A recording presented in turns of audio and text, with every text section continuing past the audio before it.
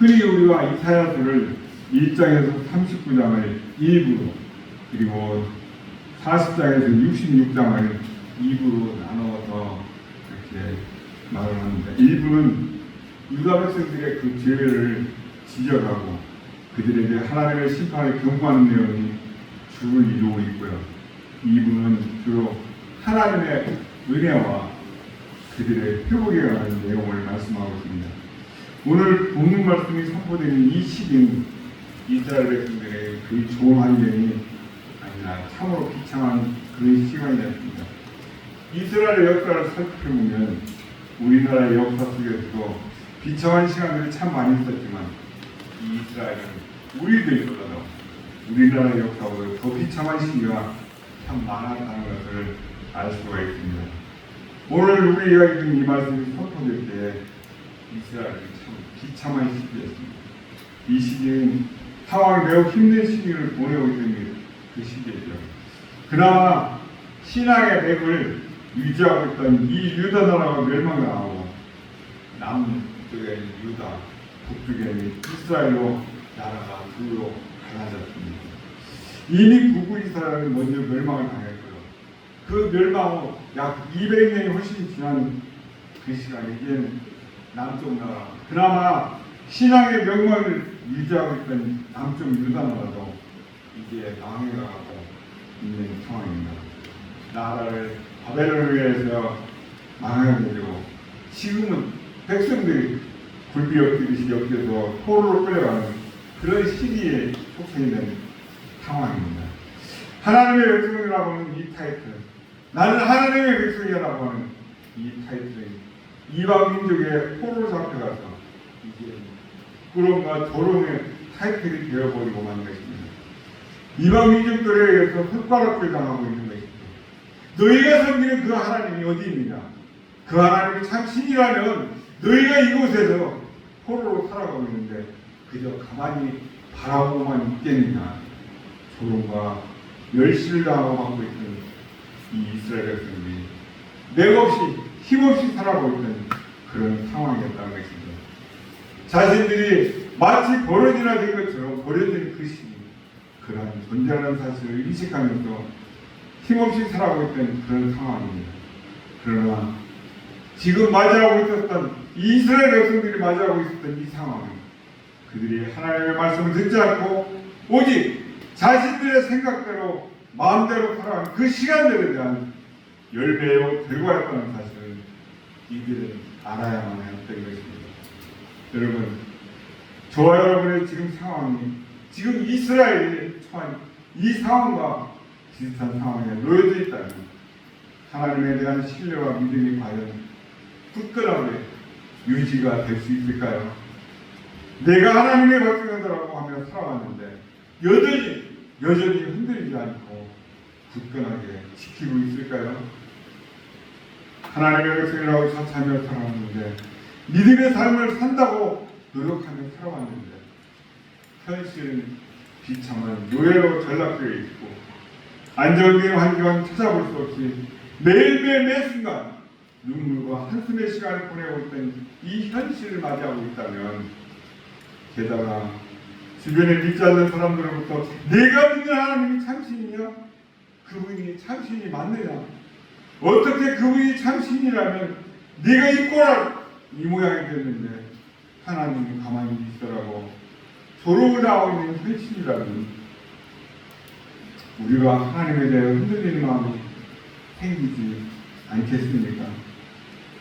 이스라엘 백성들은 미래가 그야말로 불평행하고 소망이 없는 이 현실 속에서 하루하루 하나님과의 거리를 점점점 멀리 느끼며 어떻게 살아가야 좋을지 갈 걸 알지 못해서 한숨이 있는 그런 시대 속에서 하나님이 지금 오늘 이 말씀을 하고 계시는 것입니다.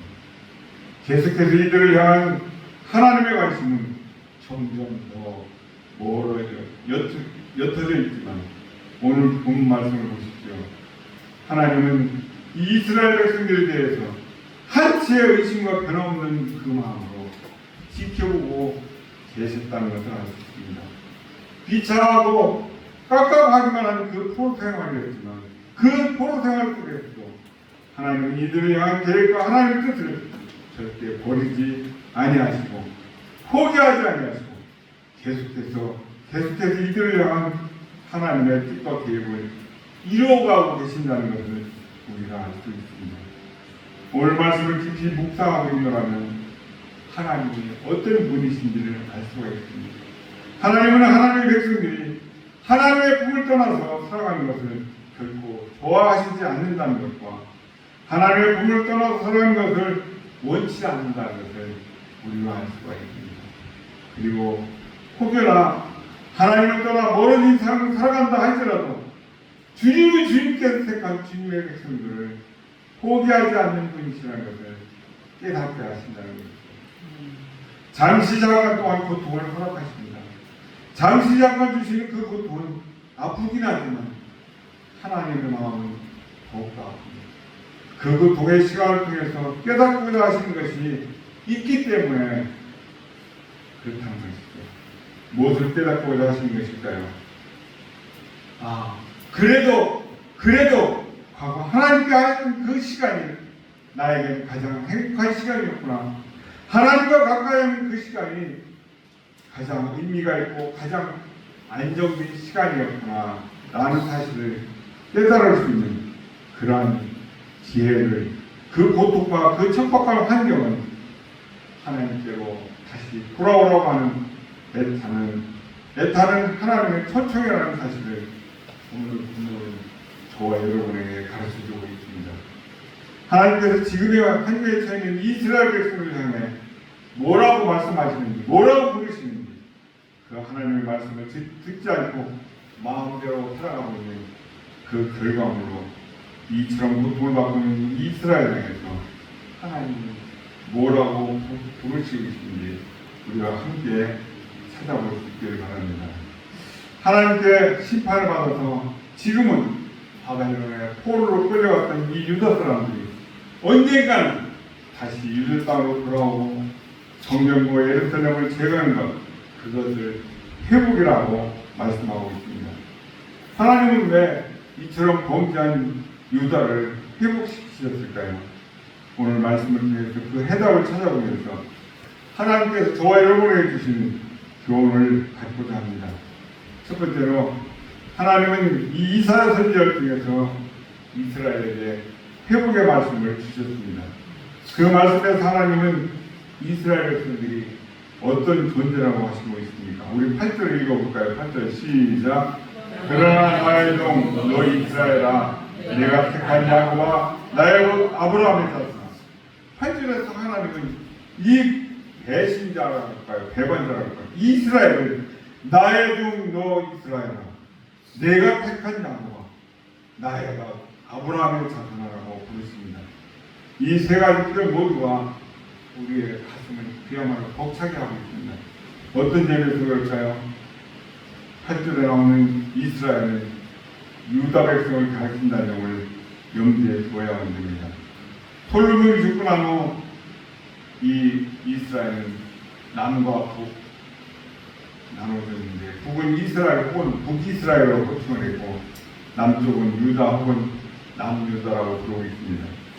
북이스라엘은 이사야 선지자가 활동하던 그 초기에 아수르라는 나라에서 이미 멸망을 당했기 때문에 이사야서를 읽으실 때는 이스라엘로 그렇게 표현되는 것은 주로 남쪽 유다를 가리키는 것을 기억하시게 되어 있습니다. 이런 남유다도 결국은 멸망을 당하고 말았습니다. 앞에서 언급했던 것처럼 유다가 바벨론에 의해서 멸망을 당한 데는 뚜렷한 분명한 이유가 있습니다.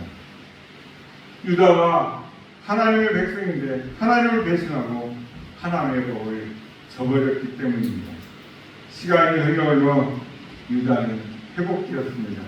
그런데 그 회복된 이유가 유다 사람들 그들에게 있는 것이 아닙니다. 멸망한 이유는 분명 유다 사람들 자신들에게 있었지만 회복된 이유는 하나님에게만 있는 것입니다. 8절에 나오는 이 이스라엘, 즉 유다를 가리키는 표현들이 바로 그 이유를 설명해 주고 있습니다. 하나님은 하나님 자신이 택한 이 민족이요 당신의 곧 아브라함 자손이 멸망당한 채 나라를 잃고 고향을 떠나서 바벨론 땅에 종로로 노예 생활하는 사람의 뜻을 듣고 원치 않으셨습니다. 하나님의 어떤 마음이 그 호치기에 놓여 있습니까? 하나님이 아브라함을 부르시고 아브라함을 선택하시고 하나님의 온 인류를 구원시키고자 하신 그 메시아 탄생의 출발점을 계획 속에서 착착 진행시켰던 것처럼 너를 향한 하나님의 뜻 계획이 여전히 진행되어졌고 지금도 여전히 이루어지고 있다는 사실. 현실은 하나님의 말씀을 잊고 손가락질과 온갖 도로 속에서 제 멋대로 살아가고 있는 이스라엘 백성들이었지만 이들을 향해서 가지고 있는 하나님의 마음은 그러면 그럴수록 더욱더 강렬하고 더욱더 불타오르는 그러한 마음이라는 사실을 오늘 표현하고 있습니다. 비록 당신의 백성들이 죄 가운데서 살아가고 있었고 그로 인해서 심판을 면치 못하는 상황 가운데 살아가고 있다 할지라도 하나님은 당신의 백성을 포기하지 않으셨며 더욱더 불타오르는 그런 마음이라는 사실을 오늘 말씀하셨습니다. 지금 이 시간도 마찬가지라고 생각합니다.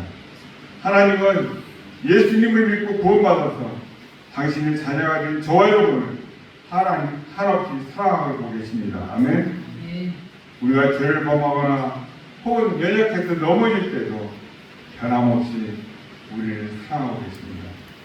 저와 여러분 한 사람 한 사람을 향한 하나님의 마음은 더욱더 불타오른다는 사실을 이것이 하나님과 거리가 멀어지고 관계가 소원해져서 현실이 어떠하다 할지라도 나의 육신에 어떤 일이 일어난다 할지라도 하나님의 나를 향한 그 마음은 영원히 변치 않으신다는 사실을 꼭 붙드시고 평생토록 잊지 말고 기억하시길 바랍니다. 하지만 이것은 우리가 자녀들의 잘못에 대해서 소중하거나 벌칙을 줄 때도 부모는 여전히 자녀를 사랑하는 것과 같은 것입니다. 범죄한 유다 백성들 사랑스레 부르신 이 하나님이 저와 여러분을 얼마나 사랑하시는지 하나님이 나를 얼마나 아끼시는지를 깊이 생각하시고 그 사랑과 그 은혜에 감사하며 살아가신 저와 여러분 되시길 축복합니다. 두 번째로 이스라엘을 사랑하고 존귀하게 여기신 하나님은 이스라엘 백성들을 위해서 어떤 일을 행하셨습니까? 또 그렇게 행하시는 이유는 무엇입니까? 9절 상반절입니다. 내가 땅끝에서부터 너를 부르고 하나님은 땅끝에서부터 이스라엘 백성들 저와 여러분들을 부르셨습니다. 내가 땅끝에서부터 너를 붙들면은 이 말에서 붙들다는 것은 데려오다 라는 뜻을 갖고 있습니다. 바벨론의 침공을 인해서 바벨론으로 끌려갈 백성들도 있었지만 다른 많은 사람들이 전 세계를 향해 이곳저곳으로 흩어졌습니다. 그런 하나님께서 유다를 회복하실 때 그처럼 세계 곳곳으로 흩어진 유다 백성들을 유다 땅과 예루살렘 성으로 돌아오게 하신다는 이 표현입니다.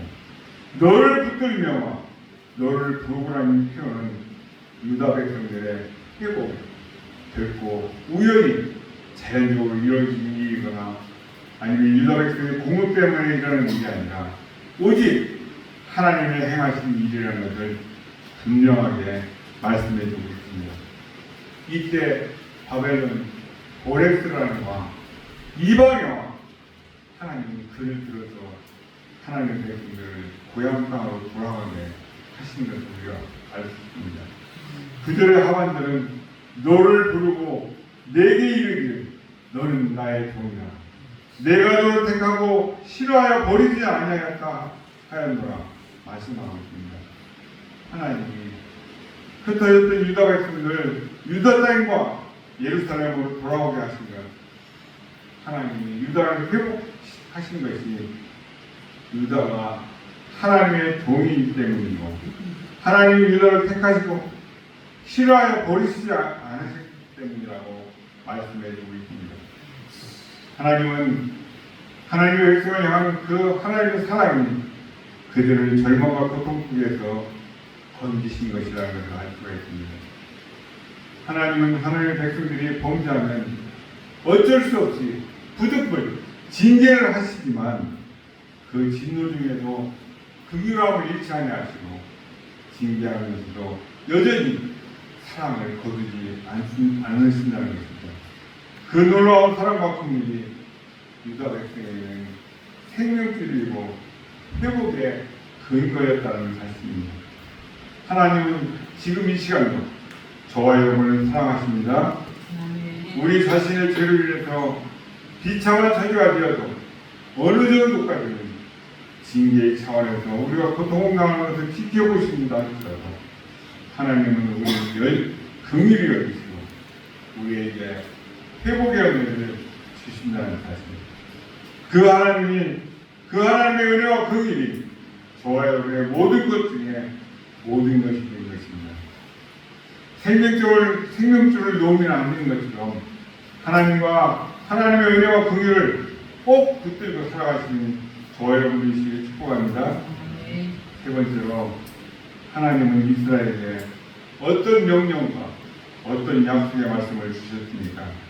10절 상반절을 보시면 두려워하지 말라 내가 너와 함께하리라 놀라지 말라. 하나님은 지금까지도 말씀을 순종하지 않는 이스라엘에게 두려워하지 말라 놀라지 말라라고 명하시고 있습니다. 하반절을 이어서 보면 그렇게 말씀하신 이유가 이렇게 나오고 있습니다. 나는 내 하나님이 됨이라 내가 너를 굳세게 하리라 참으로 너를 도와주리라 참으로 나의 의로운 오른손으로 너를 붙들리라. 이어서 13절도 비슷한 말씀을 하고 계십니다. 이는 나 여호와 너의 하나님이 내 오른손을 붙들고 내게 이르기를 두려워하지 말라 내가 너를 도우리라 할 것입니다. 아멘.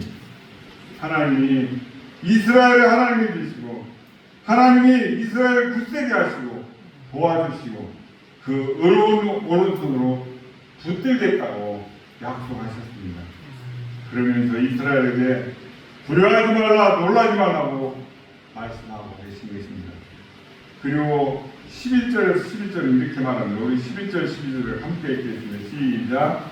보라 내게 노하던 자들이 수치와 욕을 당할 것이요 너와 다투는 자들이 아무것도 아닌 것 같이 될 것이며 멸망할 것이다. 내가 찾아도 너와 싸우던 자들을 만나지 못할 것이요 너를 치는 자들은 아무것도 아닌 것 같고 허무한 것 같이 되리니. 하나님은 이스라엘에게 노하던 자들, 이스라엘과 다투는 자들, 이스라엘과 싸우고 그들을 치는 자들을 다 심판하실 것이라고 말씀하고 계십니다.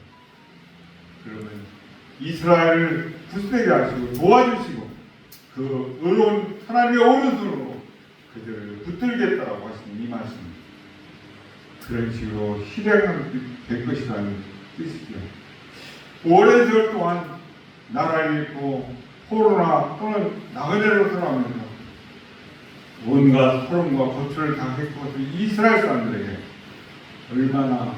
얼마나 위로가 되는 말씀이었겠습니까? 하나님은 이스라엘에 주셨던 그 말씀을 오늘 이 시간 저와 여러분에게도 주십니다. 하나님은 오늘 이 시대에도 우리의 하나님이 되시며 우리를 굳세게 하시고 우리를 도와주시고 그 의로운 오른손으로 저와 여러분을 붙들고 계신 줄 믿습니다. 그러면서 저와 여러분에게 이렇게 말씀하십니다. 두려워하지 말라 놀라지 말라. 오늘 우리 삶에도 우환질고가 참 많이 있습니다. 불안과 걱정도 끊이질 않습니다. 그러한 삶을 살아가는 저와 여러분이 굳게 붙잡아야 할 것은 하나님의 약속의 말씀인 줄 믿습니다. 우리 하나님이 읽은 이 10절과 13절에서 저와 여러분에게 주신 이 약속의 말씀을 굳게 붙잡고 하나님께서 명령하신 대로 두려워하지 않고 놀라지 않으며 담대하게 살아가시는 저와 여러분 되시길 축복합니다. 마지막 1번째로 하나님은 이스라엘을 무엇이라고 부르시고 있습니까? 또 어떤 약속을 주셨습니까? 먼저 14절을 읽어보겠습니다. 시작. 너를 같은 너 야곱아, 너희 이스라엘 사람들아, 두려워하지 마라. 나 여호와가 말하노니 내가 너를 도울 것이다. 내 구속자는 이스라엘의 거룩한 이인이다. 14절의 앞부분을 보시면 하나님은 이스라엘을 뭐라고 부르시고 있습니까? 버러지 같은 너 야곱아, 너희 이스라엘 사람들하고 부르시고 있습니다. 다소 의외의 말씀입니다. 8절에서 이스라엘, 나의 종 너 이스라엘아, 내가 택한 야곱아, 나의 아브라함의 자손하고 분명히 부르시지 않으셨습니까? 바로 앞질면에서 보았듯이 이스라엘을 돕겠다고 약속하지 않으셨습니까? 14절 하반절에서도 두려워하지 말라. 나 여호와가 말하노니 내가 너를 도울 것이다. 내 구속자는 이스라엘의 거룩한 이인이라 라고 말씀하지 않으셨습니까? 그런데 왜 하나님은 이스라엘을 버러지 같은 너 야곱이라고 부르실까요? 15절 16절도 우리 함께 읽어보겠습니다. 시작. 보라, 내가 너를 네가 알아가는 새 타작기로 삼으니 내가 산에서 그들을 만들 것이며 작은 산을 그같이 만들 것이다.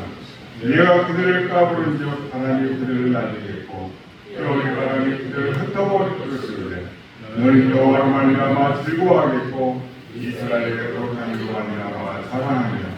이 두 구절에서 하나님의 놀라운 약속이 담겨져 있는 것을 볼 수 있습니다. 버러지 같은 너 야곱아라는 이 말씀은 내용과도 어울리지 않는 것을 봅니다.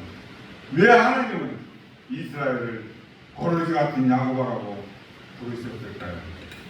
그것은 하나님이 이스라엘을 존귀하게 여기시고 늘 그들과 함께 하시며 그들을 돕고 그들을 회복하겠다는 놀라운 약속의 말씀을 주셨지만 듣고 그것이 이스라엘 백성들이 잘나서 그렇게 하신 것이 아니라는 뜻인 것을 우리가 알아야 됩니다.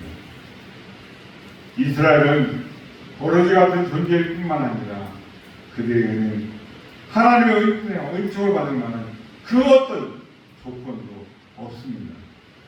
회복되어야 될 만한 어떤 조건이 아무것도 없다는 것입니다. 하나님께서 그들을 사랑하시고 그들에게 놀라운 약속의 말씀을 주신 것, 그들을 회복하신 것은 오직 하나님의 일방적인 은혜인 것입니다. 버러지 같은 너 야곱아라는 이 말은 바로 그 사실을 설명해 주고 있습니다.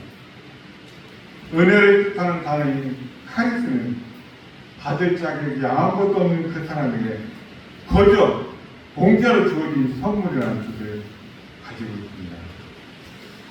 이스라엘 백성도 지금 이 자리에 있는 저와 여러분도 하나님이 주신 선물을 받을 자격이 전혀 없습니다.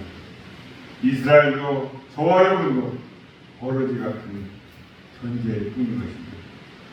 그러니 하나님이 주신 이 은혜와 사랑이 더 놀라울 뿐인 것이죠. 우리 모두 그 은혜에 감사하는 마음으로 살아가시길 축복합니다. 그리고 그 감사의 마음이 하나님을 향한 헌신으로 이어져서 하나님이 진정 기뻐하시는 삶을 사시는 저와 여러분 되시길 바랍니다.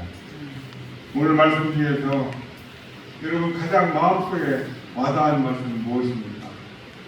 어떤 점에서 그렇게 느끼고 계십니까? 내 삶에 또 우리 가정과 혹은 우리 구역과 우리 교회에 어떤 회복이 있기를 원하십니까? 그 회복을 위해서 나는 무엇을 기도해야 되겠습니까?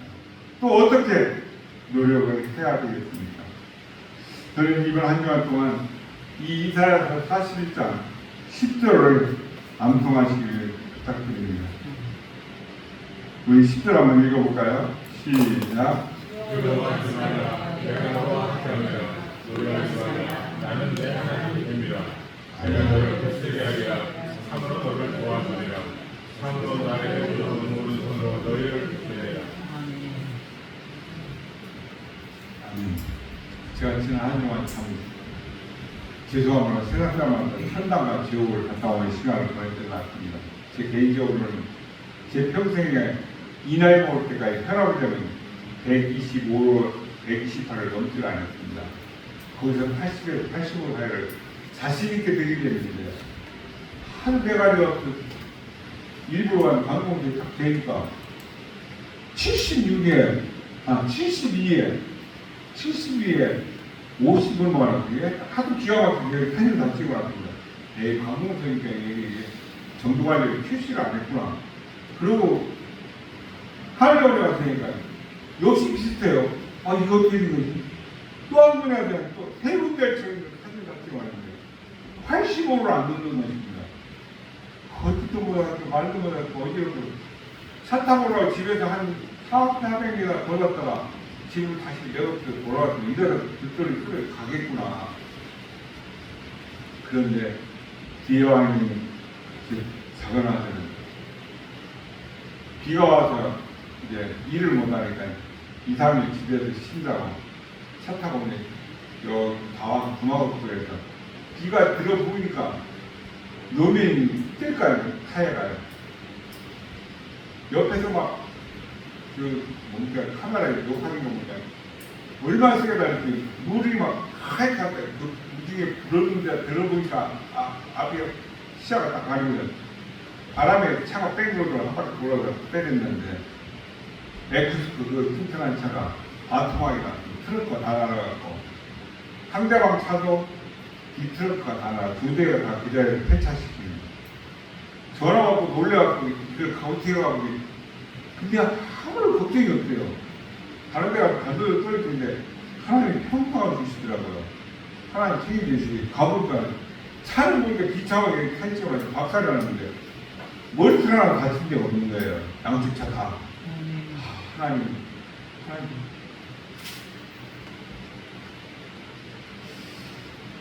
참 감사하다. 내가 뭐라고 참 이렇게 하나님 살아계신 걸 보여주시는구나. 그런 걸 참 느끼면서 이 말씀 준비하는데 참 하나님 주시는 거라 너무 크다는 것을 한 번 더 느꼈습니다. 우리 이사야서 41장 10절 말씀을 늘 안고 하시면서 나를 비록 하나님의 마음에 들지 않는 삶을 살아간다 할지라도 하나님을 한 번 택하신 백성들을 결코 버리시지 않고 잊어버리시지 않는다. 어머니가 배 아파서 열동도가 있다. 난 그 아이를 잊어버릴지어도 하나님은 우리 잊지 않으신다. 그 말씀을 꼭 기억하고 살아가시길 축복합니다. 우리에게 온 말씀, 우리에게 주신 말씀은 유다의 회복에 관한 하나님의 약속의 말씀입니다. 하나님의 약속 하나하나 참으로 놀랍고 은혜롭지만 버러지 같은 백성들에게는 그 귀한 약속을 받을 만한 어떤 자격이 없었다는 것입니다. 설득철미하게 하나님의 은혜로 주어졌다는 사실. 하나님은 그런 회복의 은혜를 오늘 이 시간도 저와 여러분의 삶속에도 우리의 공동체에도 부어주신다고 약속하고 계십니다. 저와 여러분, 우리들은 자격이 없지만 하나님의 약속의 말씀을 굳게 붙잡고 하나님께서 우리를 통해서 이루어가시고 그 놀라운 회복의 역사를 사모하며 살아가시기를 주님의 이름으로 축복합니다. 자비로우신 아버지 하나님, 은혜와 사랑